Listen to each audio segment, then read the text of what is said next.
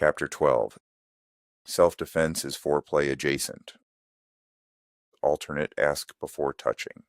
The clearing behind the cabin had been many things over the years. A place to stack firewood, a place to swear at engines that refused to cooperate, a place to stand very still and remember what silence used to mean. Today it became a training ground. Inside the cabin, Stevie Ray Vaughan bled softly from the speakers, guitar slow and aching. Tin Pan Alley. It set the tone better than anything else could have. Juliet stood barefoot on the packed earth, knees slightly bent, weight balanced the way Elias had shown her, not rigid, not loose, alive. Her injured shoulder still limited her range, but she had learned the difference between can't and won't. This was firmly in the first category. She worked around it without apology. Elias faced her, hands open, stance relaxed. No aggression in him at all unless summoned. "This is yours," he said. "We go at your speed. We stop when you say." Juliet nodded. "I'll tell you." He believed her. That mattered. They started with basics, distance, angles, how to fall without breaking something important. Elias demonstrated slowly, narrating his movements like a man teaching a language rather than a technique. "When someone grabs," he said, stepping in deliberately, "the instinct is panic. Panic locks you up. We replace that." He stopped before touching her. "May I?" he asked. Juliet's breath caught. She hated that it did. Hated that her body still responded to proximity like a threat and a promise all at once. "Yes," she said. His hands closed gently around her wrists, firm enough to be real, careful enough to be kind. Juliet reacted before thinking, twisting, stepping in close, using leverage rather than strength. Elias let her move him, allowed himself to be off balance. "Good," he murmured. "Again." The radio shifted as they worked, guitar giving way to something more declarative. Triumph. "Fight the good fight." Juliet laughed breathlessly. "Your music hates subtlety." "It's Canadian," Elias replied. "We do irony loud." They repeated the sequence. Again. Again. Sweat gathered at Juliet's temples. Her breath deepened, her body warmed, not just from exertion, but from something else, something electric and complicated. Elias felt it too. He didn't acknowledge it. That was the discipline. "Try the elbow," he said, "but only if you want to." She did. Her movement was clumsy, imperfect, but it landed. Elias absorbed it easily, nodding approval. "See?" he said. "You know, you don't disappear when you push back. Something inside Juliet cracked open at that. They moved closer now, training drifting naturally into something more intimate without crossing any line. Every touch was functional, every proximity earned. The music betrayed them again. Bon Jovi. "Lay your hands on me," Juliet groaned. "Oh, come on." Elias snorted, stepping back. "Radio's a sadist." Her pulse was loud in her ears. Awareness crackled between them, undeniable now. She could feel the heat of him even without contact. "Do you ever get tired of stopping?" she asked suddenly. Elias met her eyes, honest to the bone. "Yes." The word hung there, heavy and clean. "But stopping is how this works," he continued quietly. "Stopping is how you get to choose later." Juliet swallowed. The tension didn't dissipate, it sharpened. They finished the session slower, stretching, grounding. Juliet's muscles hummed, alive in a way she hadn't felt in years. Inside the cabin, the radio shifted again, softening. Van Morrison. "Into the Mystic." They didn't comment on it this time. Juliet wiped her hands on her pants, chest rising and falling. She felt powerful, wanted, untouched, all at once. Elias watched her. Desire coiled tight inside him, restraint costing him something every minute. Worth it every time. They went inside together, cats scattering around their feet, music wrapping the room in promise and patience. Nothing happened. And somehow, everything had. Chapter 13. Smirnova reads a file and frowns. Alternate, this is annoying. Moscow slept badly. So did Victor Smirnova. But for reasons that pleased him more than most.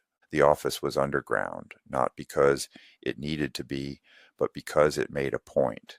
Thick concrete walls, old Soviet lines softened only by money. The desk was enormous, the screens discreet, the men efficient to the point of invisibility. Music filled the space anyway. Metallica, Am I Evil? Low, controlled, not loud enough to be indulgent.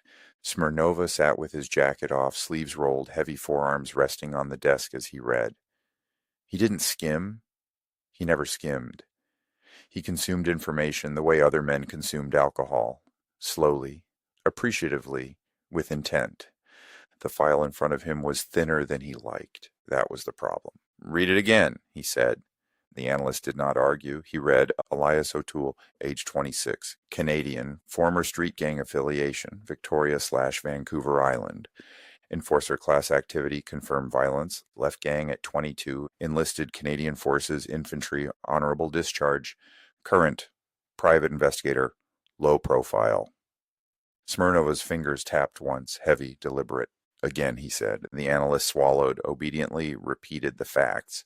Smirnova stared at the photograph clipped to the file. Elias younger there, harder, stillness already present. Not stupid, never stupid. "This is the man," Smirnova asked mildly, "who removed 3 of my people from a diner without firing a shot." "Yes, Viktor Mikhailovich." Smirnova leaned back, chair creaking under his weight. He exhaled through his nose. "That is not how enforcers behave," he said. "That is how men trying to stop behaving like enforcers behave." No one contradicted him. He reached for a pen and circled a line on the page. "Psych profile displays restraint post-military service, protective behavior toward vulnerable parties, avoids escalation unless forced." Smirnova smiled thinly. "Ah," he murmured. Guilt. He stood, massive frame moving with deceptive ease, and walked to the window. One-way glass overlooking a city that did not know he existed. He liked it that way. "Men like this," he continued, "believe control is moral. They believe restraint is virtue." He turned back to the room. "That makes them predictable." The analyst hesitated. "Sir, he did not take the memory device." Smirnova waved a hand. "Irrelevant." He returned to the desk, leaned over the file again. His eyes flicked briefly to another name. Winter Juliet, age 19, known street-level sex worker, no criminal sophistication, trauma history extensive. Smirnova's expression hardened. "She is not the thief," he said. "She is the lever." The room stilled. "Do not touch her," Smirnova ordered. "Not yet." The analyst blinked. "Sir?" Smirnova's eyes lifted, cold and precise. "The man intervened because he believes he saved her. If we threaten her, he escalates." He closed the file gently. "I do not want escalation," he said. "I want observation." He straightened, looming. "Thus, watch him. Learn his routines, learn his rules." A pause. Then, "Men who live by rules always die by them." The music reached its quiet threat. "Am I evil?" "Yes, I am." Smirnova allowed himself a small smile.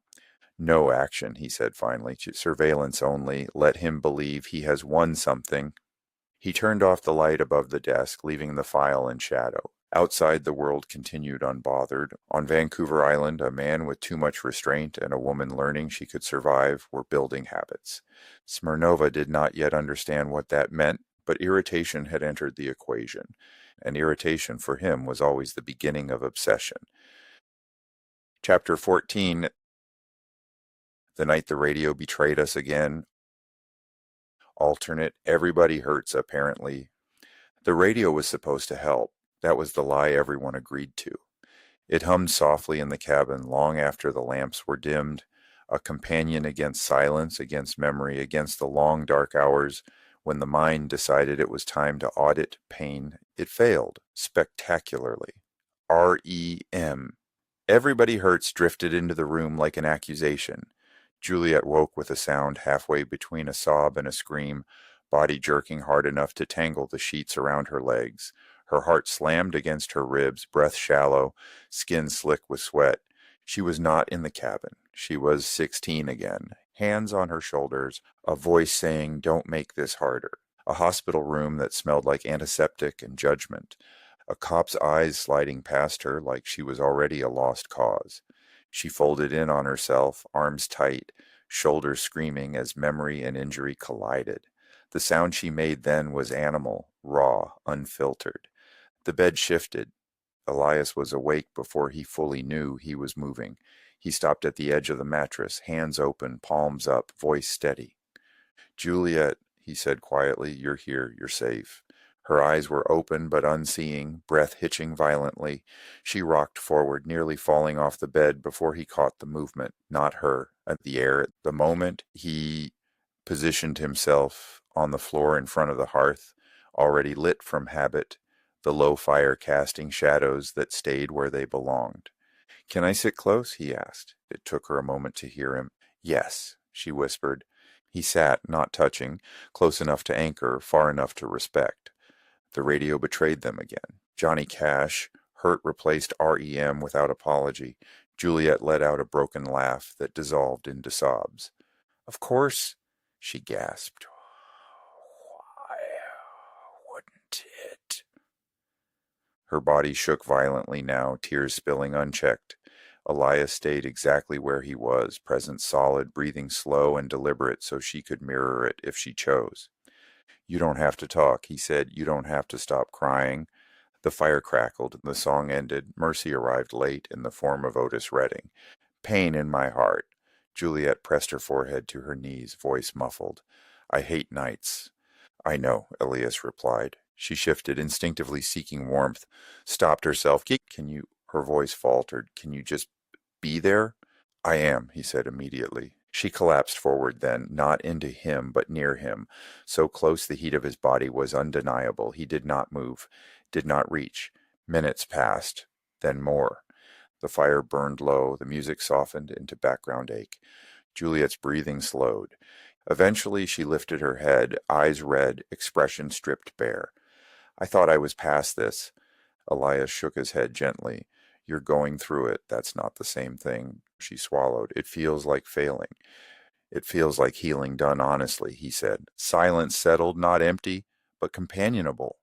After a long while she whispered, "Can I—" He was already listening. "Yes." She leaned sideways, resting her head against his shoulder. Just that. Nothing more. Elias's entire body locked down, restraint burning like a live wire under his skin. He did not move, did not wrap an arm around her. He simply stayed. Juliet exhaled shakily, weight settling, trust heavy and fragile and real. The radio clicked softly as the track ended. For once it stayed quiet, and in the space between songs, something deeper than comfort took root. Not possession and not promise, trust or hard-earned, shared and worth every second of restraint it demanded.